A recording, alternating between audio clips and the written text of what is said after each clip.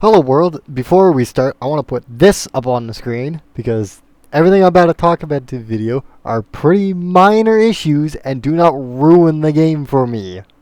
Okay, with that out of the way, first nitpick I have with Liberty Falls isn't even with the map itself, it's with the opening cutscene.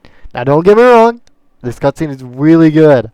There's some sick shots like this one, but the one gripe I have with this cutscene is why reveal Sam to be the main villain? I feel like it would have led to a much better story if there was a whole lot of mystery involved with not knowing if it was Sam who was doing that or the Forsaken trying to break free and had trapped Richtofen. Why flip the colors on the dark matter projectors?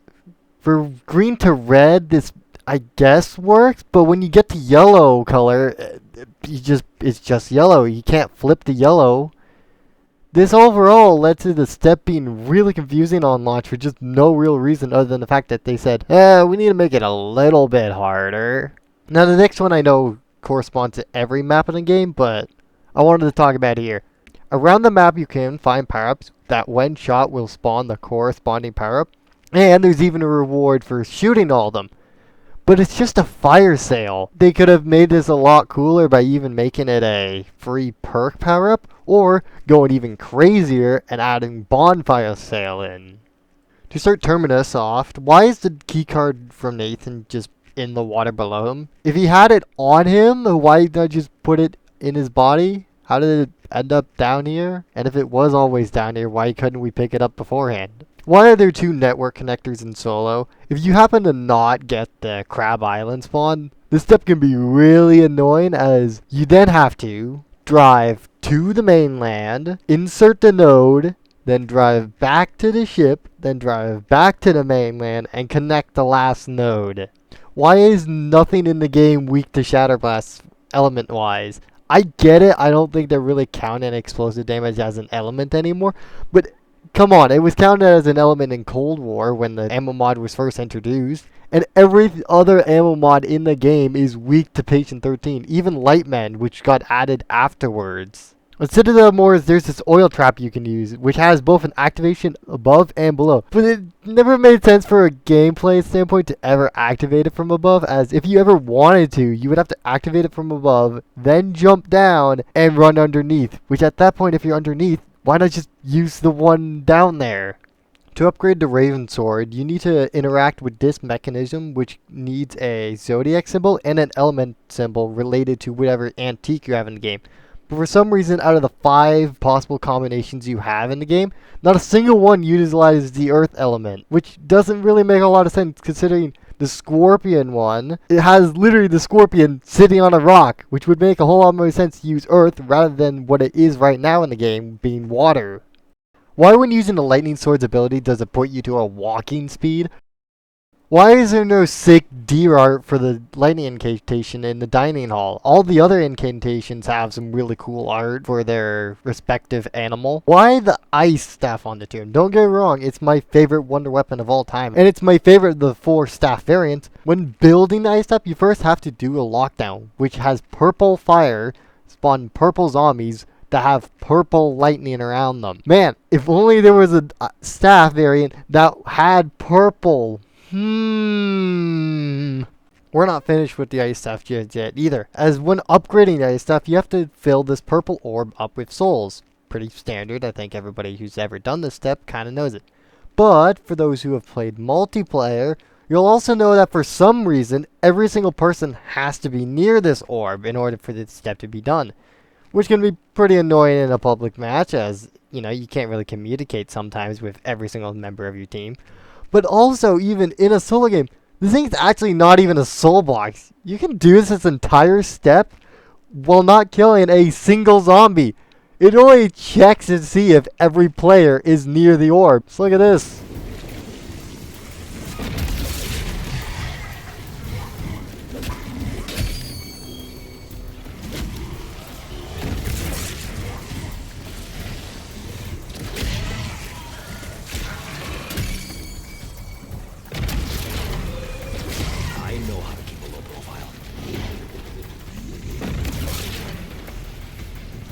Activating C4. Food power.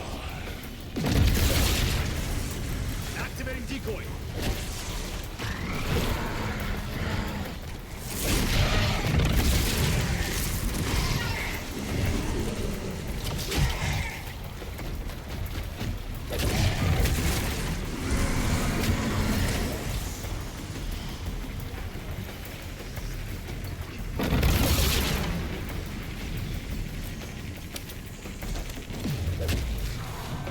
I know no one's ever gonna do this in a game, but I just thought it was really funny. Now afterwards you have to do 4 trials which have you fighting a vermin, parasite, doppelgas, and amalgam.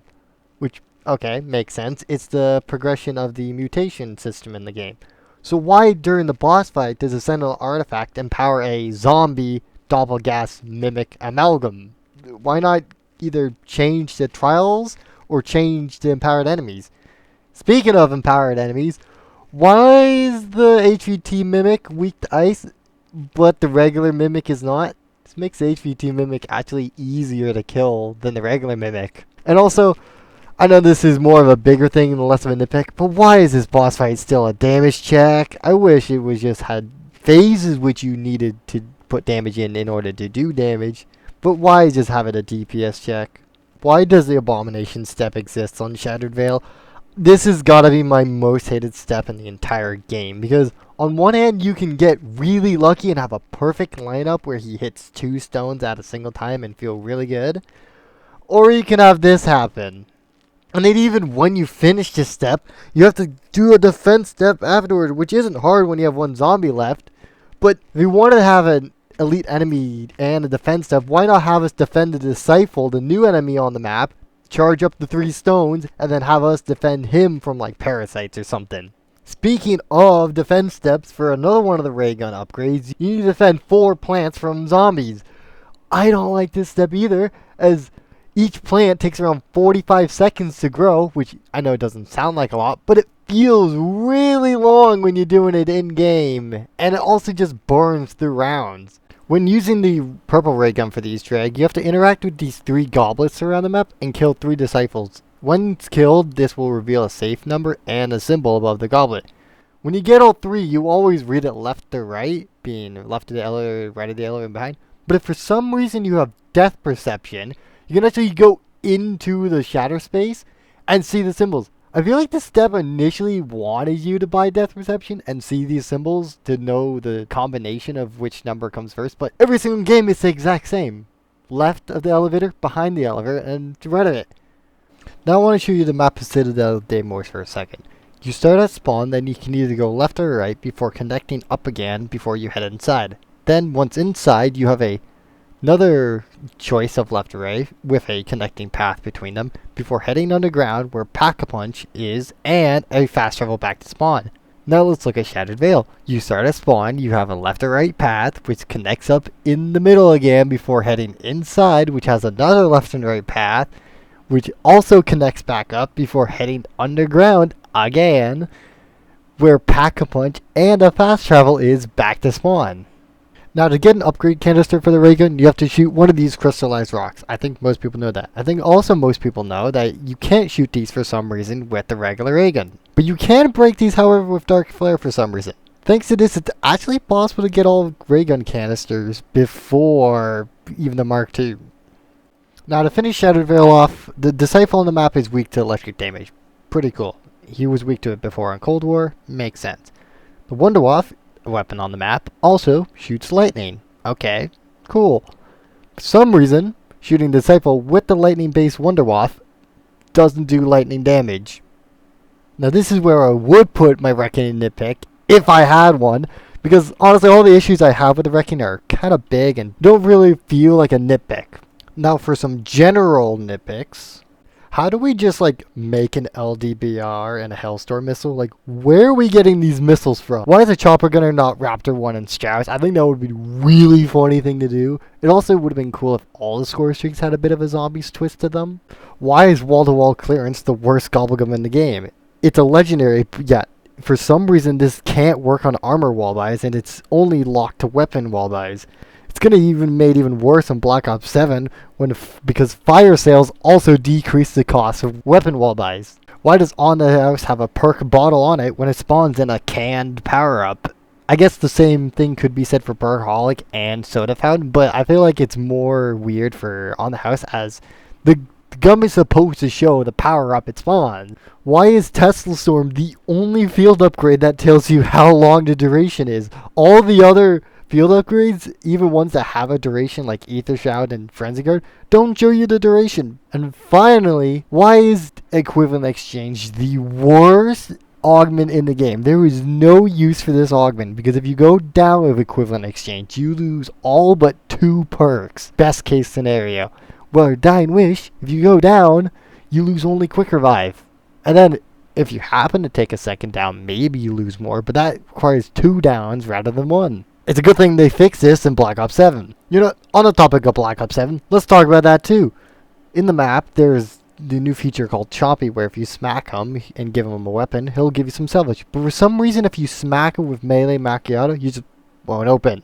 Final nitpick I have with Black Ops 7 is why are doppelgass in the game? I'm okay that they only spawn 1 in every round. It's a slight difficulty.